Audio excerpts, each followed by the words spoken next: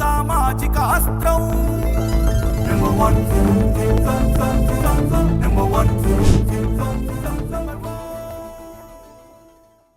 తల్లిదండ్రులను కాదని నువ్వు అంత దూరం వెళ్ళిపోయావు, మళ్ళీ రెండోసారి కూడా వెళ్ళిపోయావు.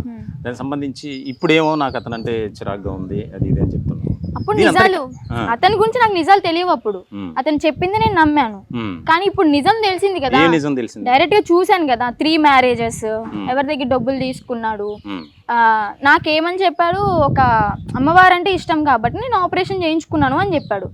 నేను పెద్ద ఫూలిష్ అనమాట, నిజంగా గొర్రెని నేను నమ్మేశాను. నిజంగా అంత భక్తి ఉంది అనుకుంటా అని చెప్పని తీరా చూస్తే ఏమైంది, తను ఏదో ఊరికి వెళ్ళడం, ఒక అమ్మాయిని ఏదో మిస్బిహేవ్ చేయడం, వాళ్ళు దాడి చేయడం, అందుకని చెప్పి ఆపరేషన్ చేయించుకుని ఇలాగ ఈ రూపంలో ఈ వేషంలో వచ్చాడని చెప్పని ఆ తర్వాత నాకు అర్థమైంది.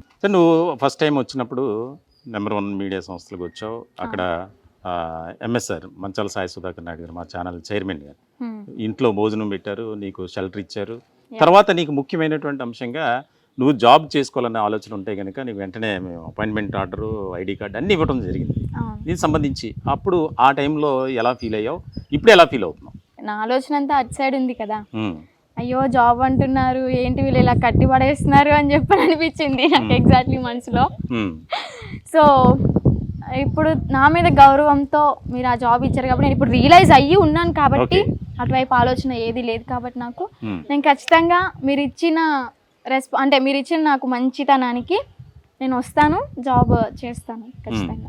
నీ ఫ్యూచర్ ప్లాన్స్ ఏంటి? నా ఫ్యూచర్ ప్లాన్ స్టడీ కంప్లీట్ చేయడం, స్టడీ కంప్లీట్ అయిన తర్వాత జాబ్ చేసుకోవడం, లేదంటే ఏమైనా మూవీ ఛాన్సెస్ వస్తే మూవీస్లోకి వెళ్ళడం.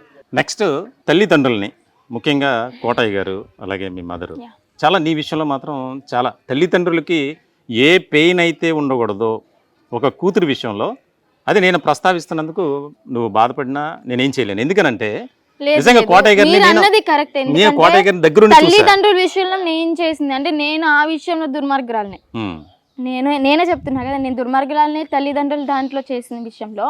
ఎందుకంటే కొంచెం నా ఫాదర్ నన్ను ఎలా పెంచారు, నా మదర్ నన్ను ఎలా చూసుకున్నారు, సో అవన్నీ నాకు అప్పుడు గుర్తు రాలే. ఇప్పుడు నాకు తెలిసి వచ్చింది. ఆ తెలిసి రావడం వల్ల నేను ఫ్యామిలీ దగ్గరికి రావాలి అని చెప్పని వచ్చాను. మా డాడీ అయితే చాలా హ్యాపీగా ఉన్నారు, సో హ్యాపీ.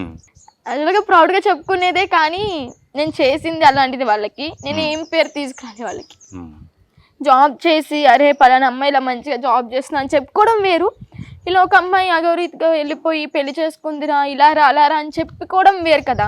ఇప్పుడు వాళ్ళు మా ఊర్లో తల కూడా ఎత్తుకునే పరిస్థితిలో ఉన్నారు మొన్నటి దాకా.